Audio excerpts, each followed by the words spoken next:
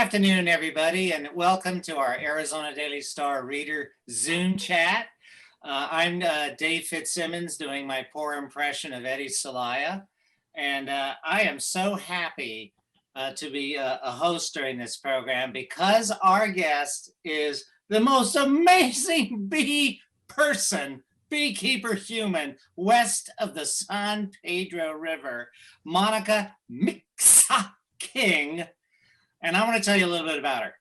She's a third generation beekeeper. She lives southwest of Tucson, God knows where, in the middle of the desert with a Titan II missile silo. Her family's been into bees since 1936. She grew up in beekeeping, in the beekeeping profession. She now teaches classes from 101 to advanced, including dealing with Africanized bees. She's the past president and current vice president of Southern Arizona Beekeepers Association. And she can be found speaking at the Honeybee Festival. She's been published in the Beekeeping Journal, A Desert Feast, and she also writes for Savor the Southwest. And I included her awesome Facebook page in the reader chat for y'all to check out, and her website. Hello, Monica. How are you? Hi. I'm doing great. Wow, thank you for that introduction. Thank you so much. You're the most excited person that I've ever met about working with the bees. It was such a pleasure to do the bee removal at your house. And just to say, you save the bees by calling a beekeeper. Number one, you have a choice. Of course, the other choice is extermination. And so the bees thank you. They're doing well here at the apiary. So what happens to the bees after they're removed? So what we do is we bring them here and we reintroduce the queen and the worker bees that had been gathered in their vacuum under a gentle suction so that it doesn't harm them. And we put them back with their comb and their baby bees or their brood, and we actually start feeding them, because even though we have a nectar flow right now, we have the mesquites blooming, the palo verdes are blooming, palo verdes are almost done blooming, but we're still going through now. The cactuses are starting. And so even though there is a nectar flow, what we did to them to remove them is actually something that they need to go through a small rehabilitation period on, because it is kind of invasive to have your house destroyed and then moved to a completely new location. And so I do give them some essential oils in their feed. I give them a protein supplement, and we give them their carbohydrates just to give them a boost, to tell them how great their new home is by feeding them something so that they don't have to, forage as much. And we have high winds out here at my place right now. And it just kind of helps to tell them, this new house that we've given them, even though it wasn't their choice, is actually a pretty remarkable spot to live. And so that helps hold them down in the box, because even though honeybees are, considered domestic under the United States Department of Agriculture, these are feral hives that we are dealing with. And every now and then they just don't want to do what we ask them to do. So after a couple weeks, what I will do is I will go in there and I will pinch their queen. And the reason why is because the USDA lab here, the Carl Hayden Research Lab here in Tucson, in 2008 did a study. They gathered samples from the Mexico border all the way up to the south rim of the Grand Canyon. And the sampling came back showing that at that time, 98% of the bees were Africanized hybrids. So with that, and the fact that the queen that was in that hive was not a marked queen, like she escaped a beekeeper in this area, and just by the look of the queen and everything, I will requeen them. The reason why is because the Africanized bees have an unpredictable defensiveness. And that doesn't mean every hive is going to be that kind of one that will make the paper. But because they have that potential, and because I teach classes and everything, I'm dealing with urban beekeepers promoting keeping bees in people's backyards And, we really want some gentle stock lines. And so basically at that time, I will introduce a European queen to that hive that I pulled out of Fitz's roof. And what happens then is a worker bee will only live about 45 days. And as those worker bees are passing away, this new queen is replacing them with the European genetics. So basically within 2 to 3 months, we will have the European genetics inside that hive. A marked queen bee, basically what happens is when I have, when hobbyists and people keeping bees in their backyards in Tucson, everybody's always concerned about, are they Africanized bees that these people are keeping in their hives? Yes. And so what we do is we highly promote, we highly recommend, we say it over and over again. If you join any of our bee meetings, if you take any of my classes, if you're a hobbyist and you're a beekeeper inside Tucson city limits, you need to keep a little acrylic paint mark on the queen's thorax so that you know it's your queen. If there's no mark on it, then you might start to panic going, oh my gosh, my hive might have been taken over by an Africanized swarm, because they do that. I call it a hostile takeover. Or your queen might have been harmed or superseded in some way where a daughter was raised. And the daughter, when she emerges from her cell, she's got to go out and mate. And who's she mating with? We don't know. And so it could be the Africanized drones in the area. And because of that, we try to promote anybody that has bees in the Tucson city limits, keep only European stock, just for safety reasons. I mean, we don't want, anybody to be harmed, but then we also want all that wonderful pollination in people's, I'm part of the Tucson Backyard Gardening group on Facebook, and you see some people making complaints that they're not seeing bees in their backyards. Where are all the bees at? And so, we'll try to go, well, look, what location are you in? And then, we try to, I should actually do a map of Tucson and start putting pins on the map where all of our urban beekeepers are, so that we can cover pollination within Tucson city limits. We have our native bee species, but, they don't do quite as well as our honeybees do. And so basically that's what we've got, the urban beekeepers, and then they are putting out the male bees, or as Fitz calls them, the Romeos, are out there with a European genetic background, and they're mating then with the Africanized virgins that are in the feral hives. And so we can do a little bit of what we call drone saturation in the area. And those are the two things that we really promote. One, pollination, and two is our drone saturation. So that's basically, and we try to teach everybody that does this kind of thing. And we're really grateful for the city limits of Tucson that, are open to keeping bees in our backyards. HOAs, of course, frown upon it. But, there are a lot of, I would say we probably have around 65 to 70 people inside Tucson city limits keeping European hives in their backyards. That's so good to know. And that's such a terrific mission. What do you say with safety in mind to folks like me that go out in their backyard and they think they see something stuck under the eaves and it's buzzing? Right. So even swarms, most people say, okay, swarm is got nothing to defend. They're not established hive. You really don't have to worry about a swarm being defensive. I have met a few swarms that have been defensive. So I always say use caution. Give them a wide girth. Don't use any type of machinery or motorized tools or make loud noises, loud bangs. Keep your dogs away from it. Do everything you can to just kind of keep those bees nice and quiet surroundings until you can call a beekeeper to assess the situation. So that's kind of my main recommendation. Monica, before we go to questions from our attendees, I want to tell you that after you left with the hive, the day after, 3 very lonely orphan bees showed up. So I Oh. made them a little tiny map out to where your place is, and they're gone. Okay. So I'm Oh, hoping. well, perfect.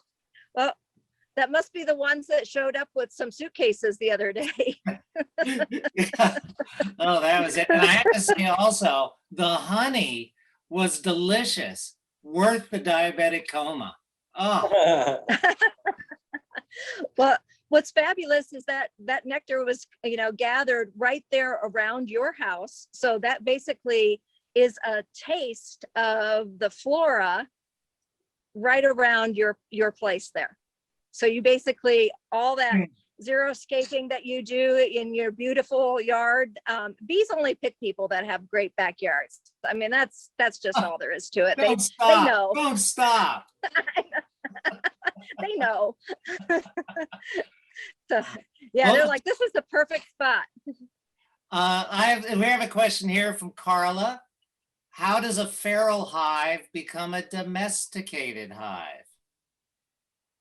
Okay, so basically that is the process of the requeening and moving them out into our, what we call Langstroth beehive boxes. They're commercial beehive boxes where we can actually utilize them and put them back into like pollination, or being used as backyard bees for hobbyists to learn from.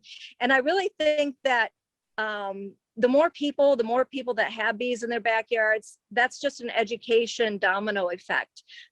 Those people learn about bees, and then they tell their family and friends, and basically it goes all down the line. So these feral hives of the Africanized hybrids, some beekeepers just keep that stock line, and that's okay too. They will basically utilize that stock line because Africanized bees are really good at making honey. I mean, they're good at it. They're not really good at conserving their resources when it comes to dearths. So that's why you see a lot of them doing it's the swarm in your eyes when you see them during a dearth, but in our eyes, basically what it is, it's the entire hive leaving because they used up everything that they had, and they're trying to find a hive to take over, or greener pasture somewhere else, which usually during the summer or winter dearth means their demise, sadly. So because their main thing, these feral hives, all they want to do is reproduce their genetics. So they swarm more frequently, 3 to 5 times a year on a really nice established hive. And they make more drones. Their drones fly faster. Their queens produce brood faster than the European queens do when they're coming out of winter. These girls are just fabulous. They are fabulous bees, but to keep them in somebody's backyard is not a good idea. So beekeepers that are in the rural areas outside of town, you'll see them keeping these Africanized stock lines and utilizing them until if they get a really, really defensive hive, one out of 20 kind of just wants to, rip my veil off kind of thing. And those are the ones then that those commercial beekeepers will requeen those. But for the most part, a lot of them that are, running 800 to 3,000 hives, those beekeepers are running Africanized hybrids. We have a relevant question from Arthur Mornian. Arthur, can you unmute yourself so you might ask your question? Yeah, I can do that. Yeah, is there a limit to the size, and what determines the limit to the size of a hive? And can it be artificially limited, say, to fit the space available? Okay, so the size of the hive, once the size is like the bees reach their capacity of the void that they're filling, then they just swarm. So that's the queen leaving a daughter behind and taking like 40 to 60% of the bees with her. And that's how the hive, basically will, number one, spread their genetics, spread the hive out apart. But that's basically how they make a split. So what us beekeepers can do, we mimic that by taking frames out of the hive and putting empty frames in so that we can keep them at a certain size. The smaller the Africanized hive, the easier they are to manage. With European hives, I mean, we stack them, way up. We'll have 5-6 boxes. And so if you're talking about like in my apiary, I can add and subtract space for them. In a manufacturer, you know, in one home that they choose, basically if they run out of space, they'll just split the hive apart and create another hive in another location and keep the old hive going. Huh. We have a question from Sandy R. Sandy, would you like to unmute and ask your question? I don't remember which question it was at this Well, point. I think what I was supposed You're asking about allergies. Oh, okay. I had several questions. I wasn't sure. Good, good. I know that allergies, they say you should eat the honey from the area. Is that a myth or is that a truth? So some people swear that that works. I mean, I can't, you know, they're just absolutely like, they swear by it. Then other research has shown that, you know, usually what you are allergic to is the pollen in the air, and that's the wind pollination versus what the bees are using as pollination. So does it help or not? I'm a beekeeper, I'm selling honey. No, I'm just kidding. But that's a maybe. Yeah. So local honey is going to have some local pollens in it, and it really depends on how much the beekeeper processes that honey, how high the honey is heated, basically how much clarity, what they're doing. That I've got people that literally want me to just do crush and strain and leave, I just call it bits of and chunks of the hive inside of it. People that want it to have comb in it, want to see the pollen granules in it. You know, if they see a bee leg, they're happy. And I'm like, you know, so I do have people that want that kind of honey, and I have that honey for certain people. And then I have the, you know, the clear honey that has not been heated, but gone through like a filtration of a couple layers of like cheesecloth and, you know, things like that. And then, so basically as a consumer, you can request from beekeepers, especially if you're buying direct, what kind of honey you basically, how filtered you want your honey to be. What is a raw honey then? When I hear raw honey, what does that mean? Raw honey means that it's minimally processed. So that means that it should not be heat treated. It should not have any of the additives to it. It should be just basically from hive to the extractor through a little filter and then put in a jar. That should So just I can get be my, all that is. bee's knees there. From what? I can get my bee's knees there. Oh. Yes, you can get your bee's knees in the raw honey. Mm. Yeah, if it's not raw honey, you won't find bee's knees. We have a question from Eileen Dudley. I'll simply repeat it. What is the health status of bees nationally? So nationally, what we are constantly battling, people call it the 4 Ps or the 5 Ps. One, it's poor forage. So basically what that is a lot of bees going to like mono agriculture, or it's so many locations that used to be wild land being turned into residential neighborhoods. And so the forage is being removed from where the bees usually used to gather from. Of course, there's pesticides. Pesticides is one of our big issues. And then we have pests, which is our varroa and our trachea mites that were, I think they came in from Asia back in the 80s. And then basically we have politics. You know, there's just so many different issues, but beekeepers can make more bees. So we take the hits and then we try to recuperate from those hits.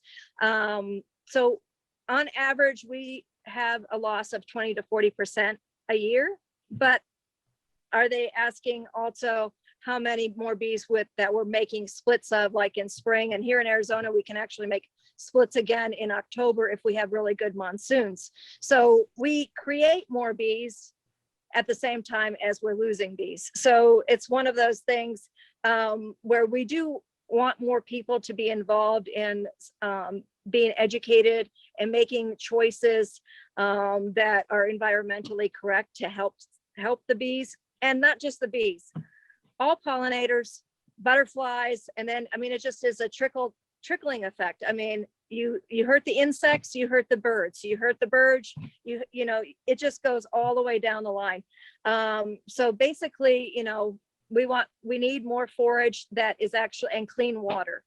My brother actually just talked to the Arizona Beekeepers Association last night, and we were talking about the longevity of our queens. And one of the big things is a clean water source, because tainted water is actually hurting some of our bees also. So there's just all kinds of things that we're taking into effect, but though we get losses, we also rebuild. Good to know. Our friend Allison Hughes has a good question. Allison, would you care to unmute and ask the question yourself? Thank you, but delighted. Yeah, my bees are biracial, part Africanized, part European, that.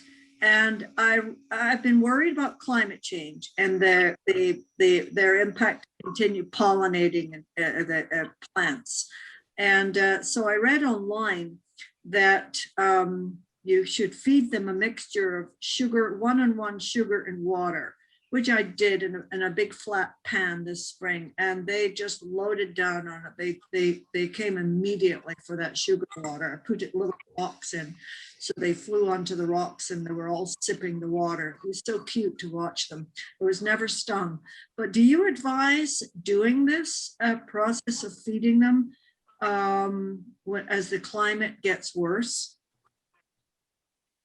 So that question actually was recently asked of my brother in Florida, and he's like, okay, as the temperatures raise and as forage becomes a little harder for bees to come up on, Arizona is the prime example for what bees can tolerate. We get up into the 118s on occasion and the 120s, and you know, especially Phoenix. Phoenix has a really bad issue with these things. And as long as we keep our beehives strong, they can temperature regulate within themselves. That comes back to that clean water source.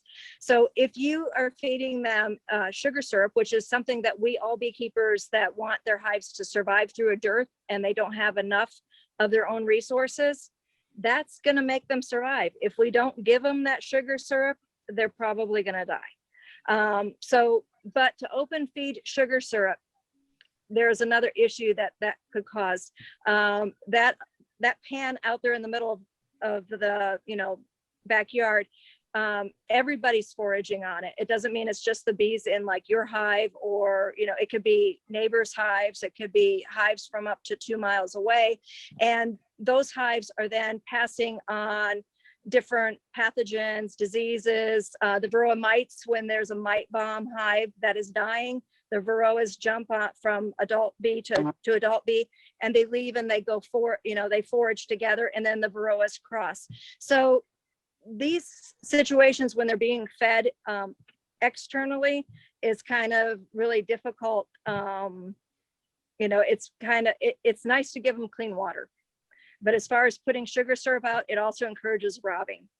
By them having that scent. And then if that sugar syrup ever goes dry and there's no nectar flow, they're going to go around and they're going to search for other hives to rob. And that's just what bees do. They, if they can't find something and they're busy, they're on forage, they forage on temperatures above 55 degrees.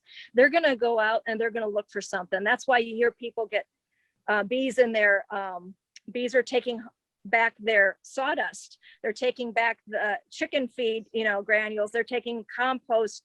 They're stealing coffee grains. It's because there's nothing else that Mother Nature is giving to them.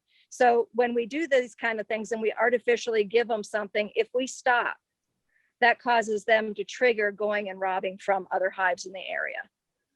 Interesting. Thank you for that question, Allison. Kathy Donahue, can you unmute yourself and please ask your question? Okay. Hi.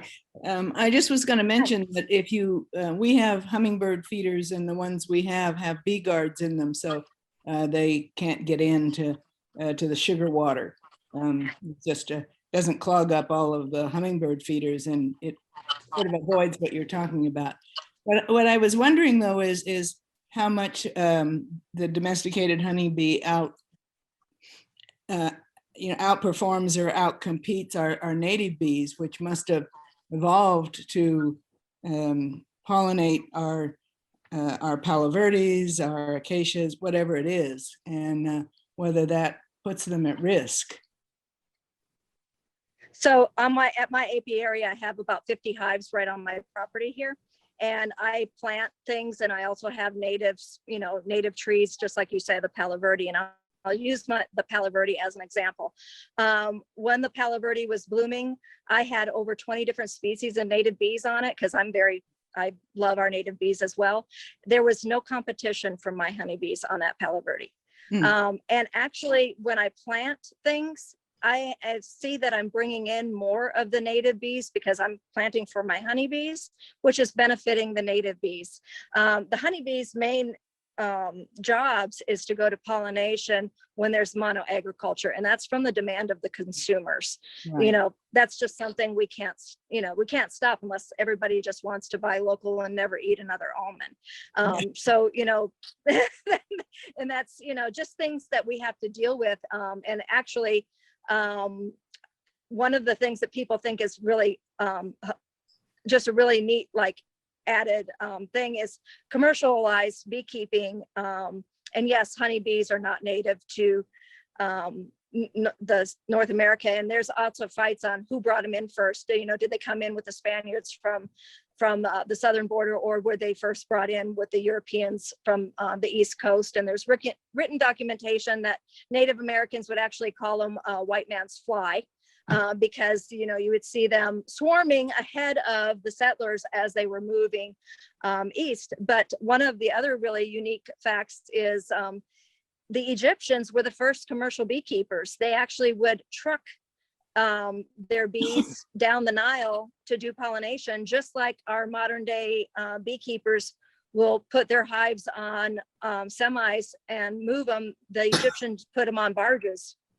So all these things, just it's something we do use them for the purpose of producing more food. I mean, and could the native bees have taken on that job if the honeybees weren't here? Probably not. Probably not. Interesting. Wonderful.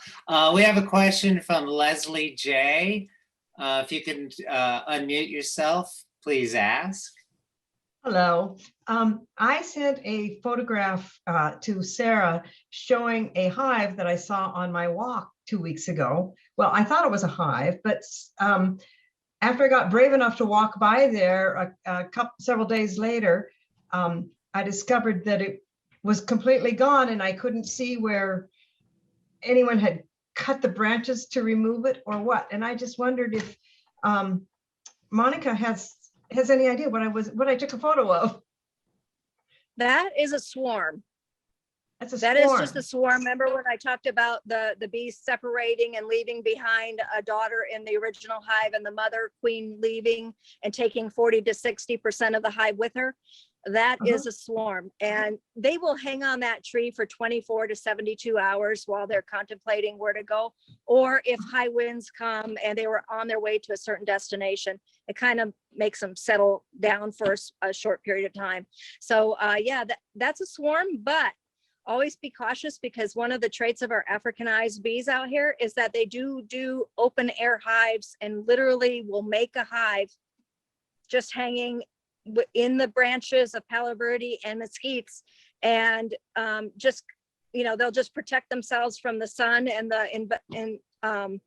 the environment just by putting a bunch of worker bees on the outside of the comb to protect it. And I do a lot of open air hive removals from mesquite trees, and in Tucson I actually do them a lot from grapefruit and orange trees.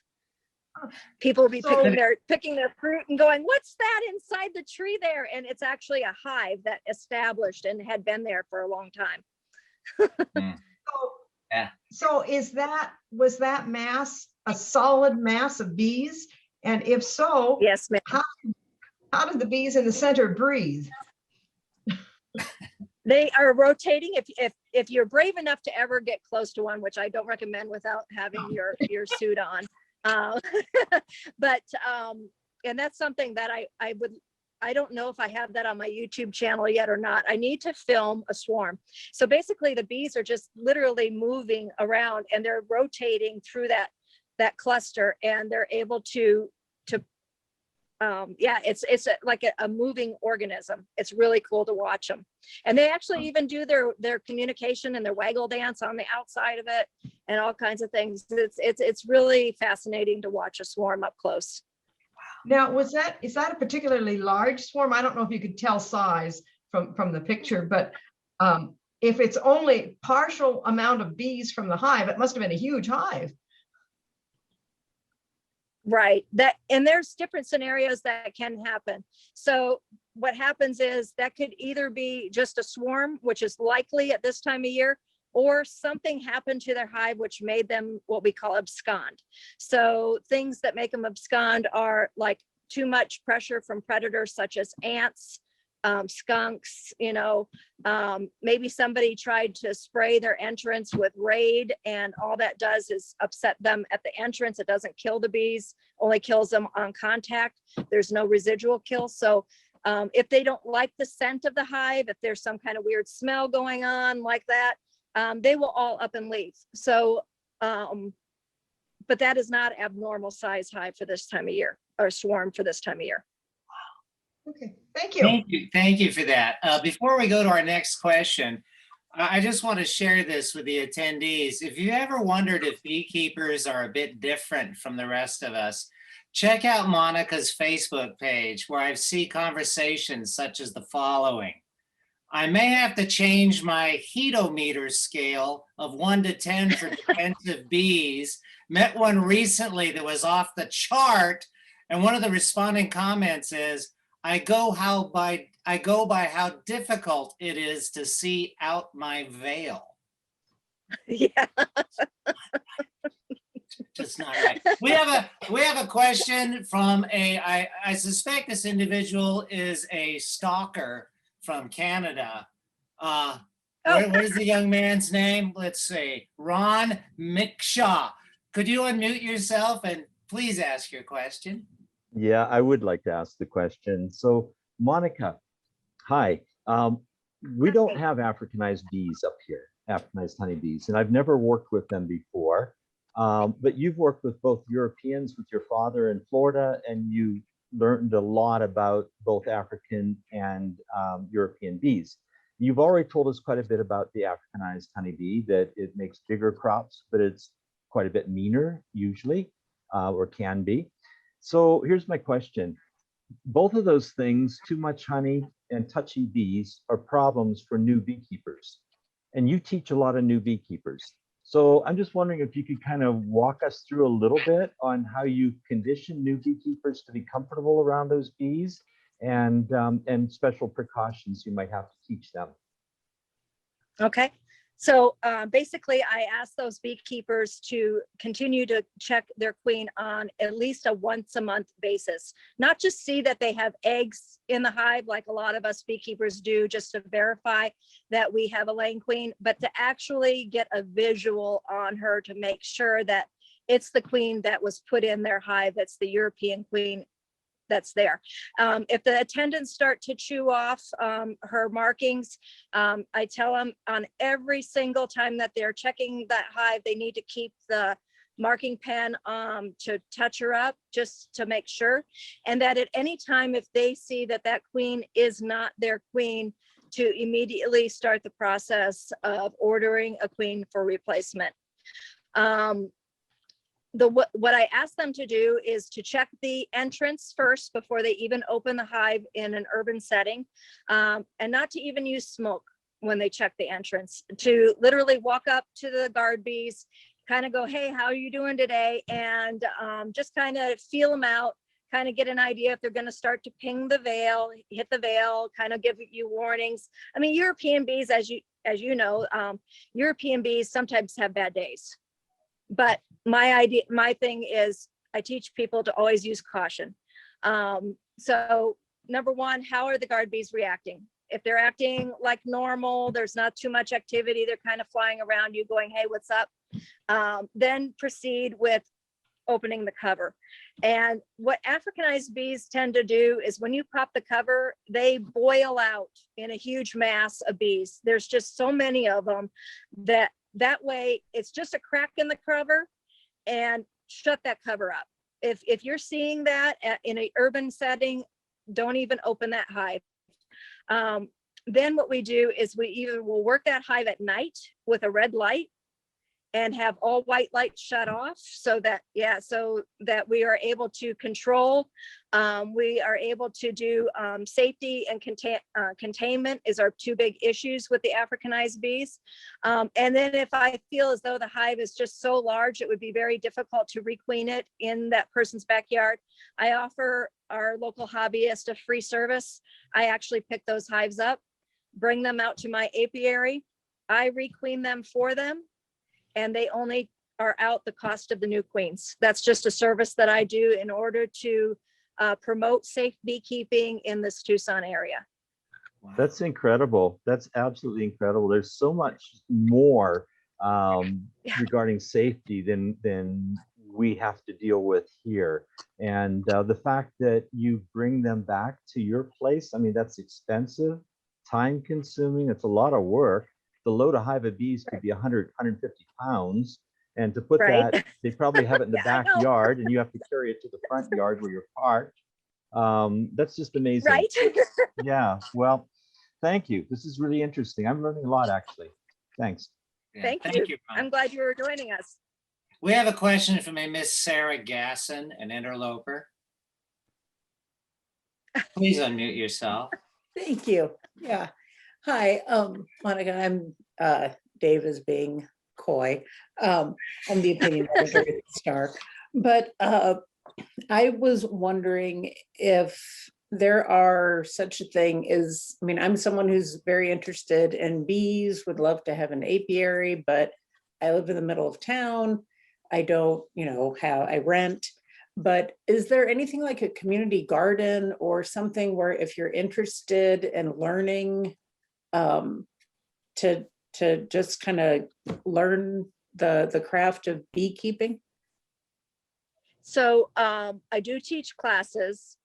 And then after the classes, what I have is I have a private invitations for people to come out with continued hands-on education, where once you know what brood looks like, what a queen looks like, what a drone looks like, the workers, once you have the basics down where you kind of get all of that, then you get to come out and just work bees, and anything goes. I mean, we could have a mite infested hive that we're working. We could have laying workers. We can have all kinds of issues with these hives, and so it helps people kind of with continuing education. Then we also have the Southern Arizona Beekeeping Association, where once a month we have meetings. Right now we're just doing Zoom. But at those meetings, we talk about different topics. Some of them are for the beginner. Some of them are work for people that don't have bees. And then some of those topics are for commercial beekeepers. We try to have a balancing act with which topics we use at our meetings. And then we are working on trying to find a location closer to Tucson so that we can take some European hives there and then invite people to work them for the day. And then we remove those hives from that area. I think the president of SASBA has tried contacting the U of A, because they do have some land like in Marana and things, but we haven't really had any responses for that, because literally I'm an hour drive outside of Tucson city limits. So it's kind of one of those things. And though I do go in Tucson and pick up these hives that I call them naughty girls that have to come out here for the rehab of getting their genetics changed back out. When people take those classes and then they come and they give me extra hands when they're doing more learning, we kind of nickname them my bee slaves. So these people actually are helping me. It's volunteers, and like I removed 4 hives from a beekeeper's backyard at a farm off of Fort Lowell and Houghton just recently. And some of my beginning beekeepers were the ones that helped me, like Uncle Ron said, 150-pound hives. These were 2 of them were long Langstroths, which are not even the typical beehive style. They're cumbersome, they're huge, they're heavy, and I had to bring a trailer for those. And so though it's still free for that beekeeper to get them out of her yard, they actually attacked one of her horses.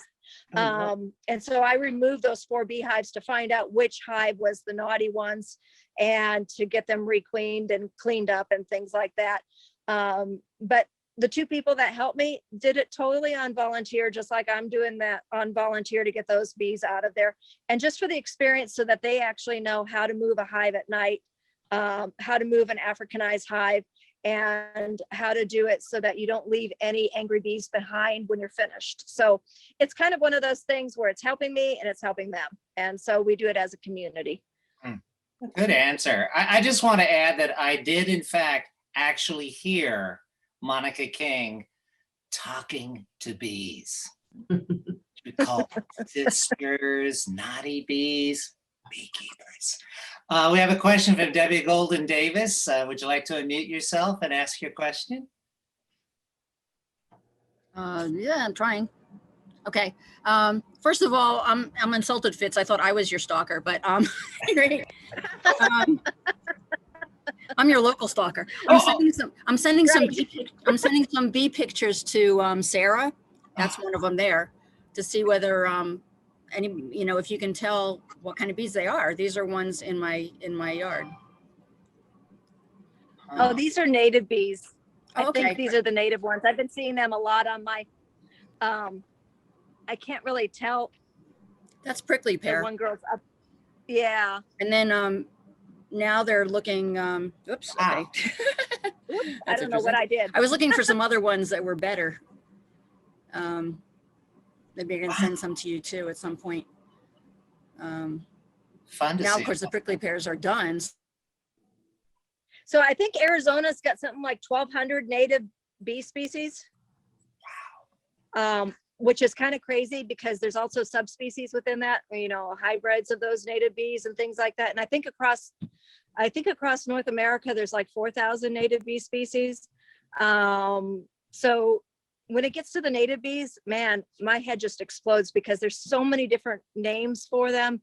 But I have been seeing those same ones. They're really beautiful little guys. I've been actually photographing them too.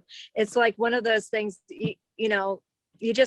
everybody loves bees, and I had them on my butterfly bush, and they're on my Santa Rita prickly pear, and they're extra fuzzy. They have a little bit more hairs on them, and they love to just roll in the pollen, and just, they're great photo topic. I have so many native bee pictures. I send them to my father in Florida, and my mother will actually go, I want that bee. Can you say? She loves those bees. I mean, she's like a pet. My mother gathers pets, and she's like, that bee's so cute. I would love to have that bee. So it's kind of funny, but yeah, we have a lot of different native bees here in Arizona. Good to know. We have a question from Sarah Brown. Sarah? Yeah, I was curious. So I live in the middle of town in like a townhouse community. And in our townhouse community, there are so many fruit trees. We've got peaches, citrus, fig trees, but there's a handful of them that are in like the center areas. And I've heard multiple people say, oh, they're not edible though, because they haven't been pollinated. So, why is that? I wonder, is it because there's not hives in the area to pollinate them? Is it because it's maybe a community and they like have a policy of removing? I just was curious. So the citrus trees that are not edible? There's a little bit of all of them that are unedible. Like there's a couple limes there's a fig tree specifically that someone had said. So I don't know. I know that there's a lot of ornamental trees inside of Tucson city limits that don't basically bear fruit, or if they do bear fruit, it's from rootstock. And that rootstock is really sour or bad tasting. That would be the only thing that I would have heard on. Not quite sure about them not being pollinated, because there's a lot of bees, and you got to, bees work a 2-mile square radius, or up to 3 if they, have to. So basically, I would say it's more of just not a good tree, like poor rootstock, or it's been taken down to rootstock, and that's where the fruit's coming off of. So that's what I would assume. Okay, thank you. Thank you for that. We have another question from Kathy. Hi, Kathy. Can you unmute yourself? I was just wondering, it seems to me that the Africanized bee was introduced into Brazil and has spread northward, and I'm not sure what the time period is, but in a relatively short period of time, it escaped, and they have marched inexorably north. And I would think with climate change, they could be on their way to Florida, not Florida, Canada. So good luck. So here's the thing. One of the classes that I taught this year, I actually had 2 people come down from Nebraska to take my class.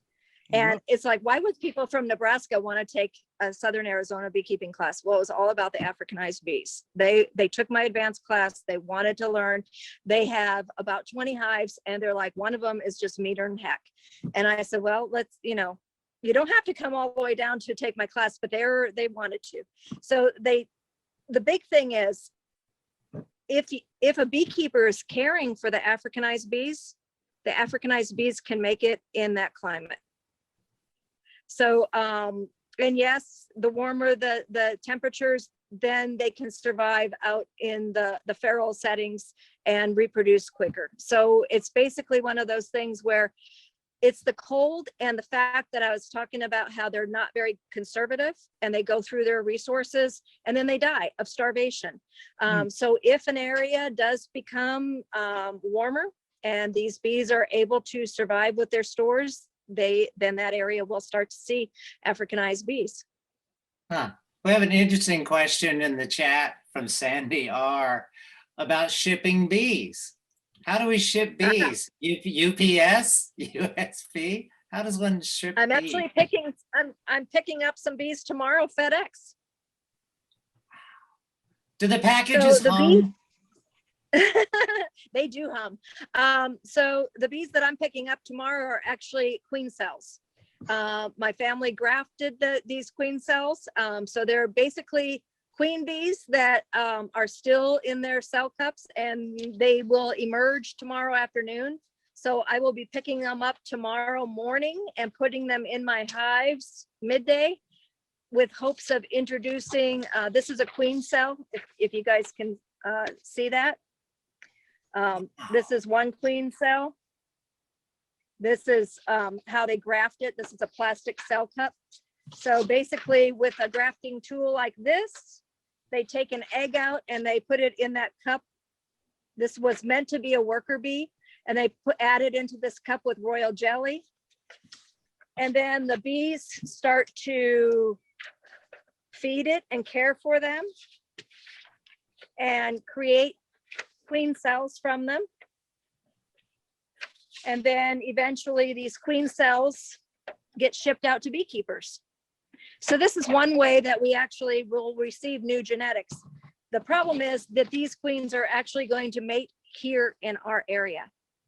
So these are a special genetic line called a Cordovan or an Aurea Italian.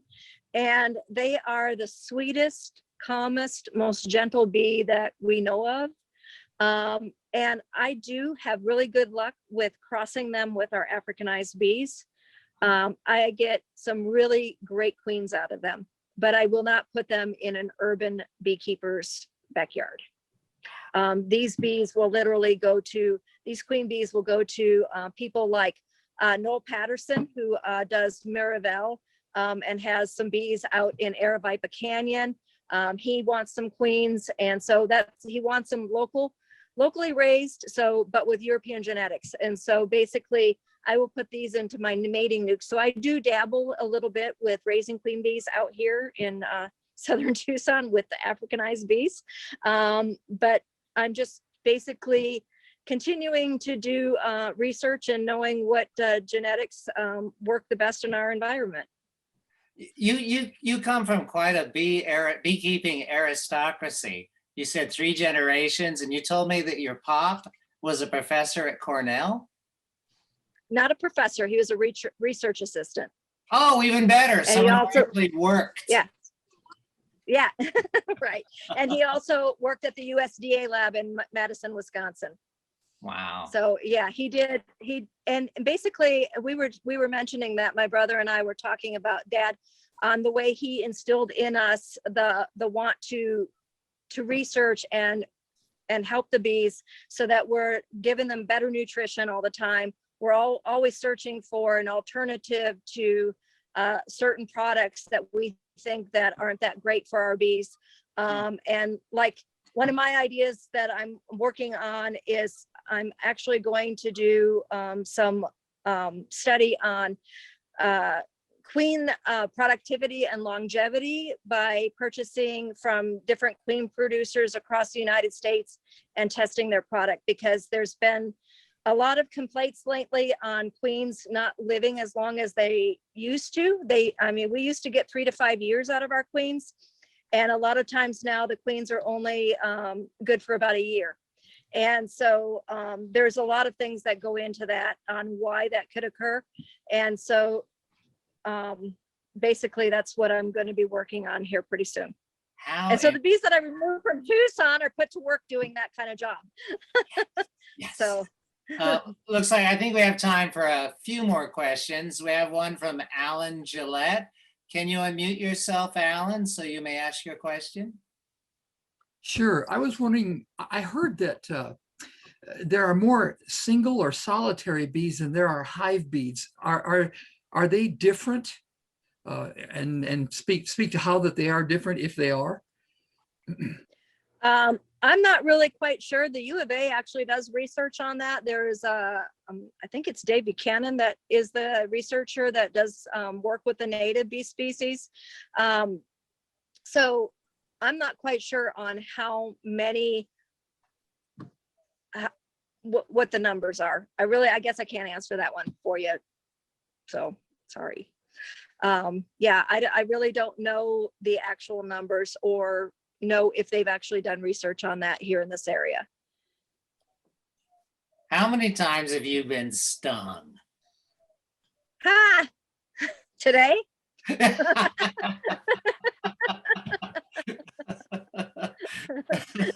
Yeah, today. How many times? Okay. So this morning I pulled bees out of a log hive, and that hive had about 2 pounds of bees or so. So I'm going to say there was about 6,000 bees inside that hive, and I didn't get stung once. Wow. On your bee removal, I didn't get stung at all until I took my suit off, and then remember one stung me at my truck. Yeah, but you were like a Wonder Woman. It was like nothing, just off a bracelet, like as if. You must be. You must be invulnerable.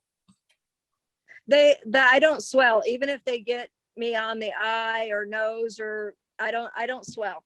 I think it's because I have so many stings that I've built up an immunity to them. But at any time in a beekeeper's life, they can become allergic and have an anaphylactic shock. So yeah, I do have EpiPens here for my classes. I have Benadryl. 14 miles away is a fire department that knows that I do beekeeping classes. So we do keep that in mind, that bees do sting, and it hurts. Wow. So. Well, now that we're coming out of the pandemic, fingers crossed, are there any speaking engagements or events you might be participating in the future we should know about? And is there a bee festival? There is a honeybee festival. It's put on by a lady named Cricket Aldrich up in Phoenix. and it's held in the Phoenix area once a year. And we just had that, in March is when I was there. It's normally in November, but it was postponed. And so they did it in March. And so I don't know if she'll have it in November this year or not. Huh. Well, who attends the bee festival? Beehive vendors and people with honey, or? Oh, there's all kinds of, I think that at that last festival, there was probably about 20 or so beekeepers that had their honey there for sale. There's bee knickknacks, bee hives for, bee equipment for sale. There's talks. My talk this last year was beekeeping through the seasons in Arizona.